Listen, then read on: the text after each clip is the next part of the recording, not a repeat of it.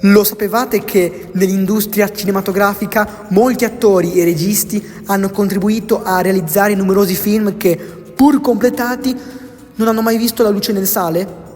Con questo podcast vi presentiamo 10 di questi film che sono rimasti inediti al grande pubblico. Iniziamo da The Day the Clown Cried. Nel 1972 è stato girato un film diretto e interpretato da Jerry Lewis, in cui il protagonista è un clown imprigionato in un campo di concentramento nazista. Tuttavia, il film non è stato distribuito nelle sale a causa di divergenze creative tra Lewis e gli sceneggiatori. Il secondo film che vi presento è Cocksucker Blues. Anche questo è stato girato nel 1972 ed è un documentario diretto da Robert Frank, che segue il tour dei Rolling Stones di quell'anno. Tuttavia, non è mai stato proiettato in pubblico a causa di una causa legale intentata dal gruppo britannico contro Frank. Quest'ultimo documentò alcune vicende personali che evidentemente i membri della band non volevano condividere con il resto del mondo.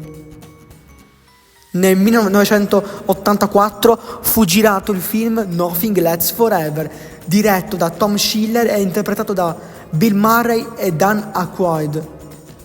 Ambientato in una New York controllata da un regime totalitario, tuttavia il film non ebbe ulteriori proiezioni a causa delle pesanti critiche ricevute dalla stampa durante una proiezione speciale dedicata a loro.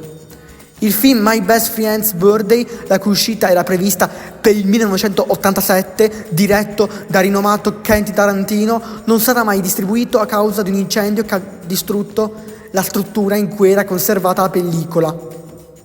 Il film Dark Blood, realizzato nel 1993, non vide mai la luce a causa del decesso del suo protagonista, River Phoenix. Tuttavia, molti anni dopo, il regista George Sluicer optò per caricare l'intero film su YouTube. Don's Plum era incentrato sulla vita di due giovani interpretati da Leonardo DiCaprio e Tobey Maguire, ma la trama del film rischiava di compromettere la loro reputazione a causa dei comportamenti misogini ed eccessivi dei personaggi principali. Di conseguenza, decisero di impedire la distribuzione del film, intentando una causa legale contro il regista e affermando di essere stati ingannati. Il debutto registico di Johnny Depp, intitolato The Brave, non è mai arrivato sul grande schermo americano. Dopo la prima proiezione al Festival di Cannes e le critiche negative della stampa degli Stati Uniti, Depp ha deciso di bloccarne l'uscita nel paese. Dopo il trionfo di Avatar nel 2011, l'industria cinematografica cinese tentò di realizzare Empires of the Deep, un grande film fantasy. Nonostante una spesa di 130 milioni e la valutazione di 40 sceneggiature diverse, il progetto fu abbandonato a seguito del fallimento del primo trailer, criticato per gli effetti speciali inadeguati.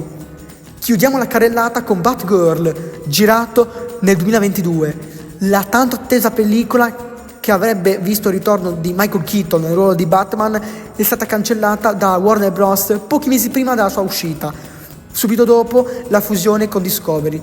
Non è chiaro se la decisione sia stata motivata da una strategia commerciale o da reazione negativa del pubblico durante le anteprime di prova.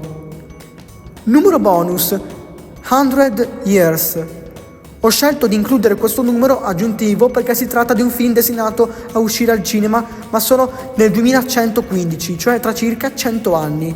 Il film, diretto da Robert Rodriguez e con John Malkovich, è stato completato nel 2015 e ha un motivo particolare per essere stato inserito in una capsula del tempo che verrà aperta solo il 18 novembre del 2115. È stato realizzato per promuovere il cognac Louis XIII, che richiede 100 anni di invecchiamento prima di essere gustato. Fateci sapere cosa ne pensate di queste curiosità.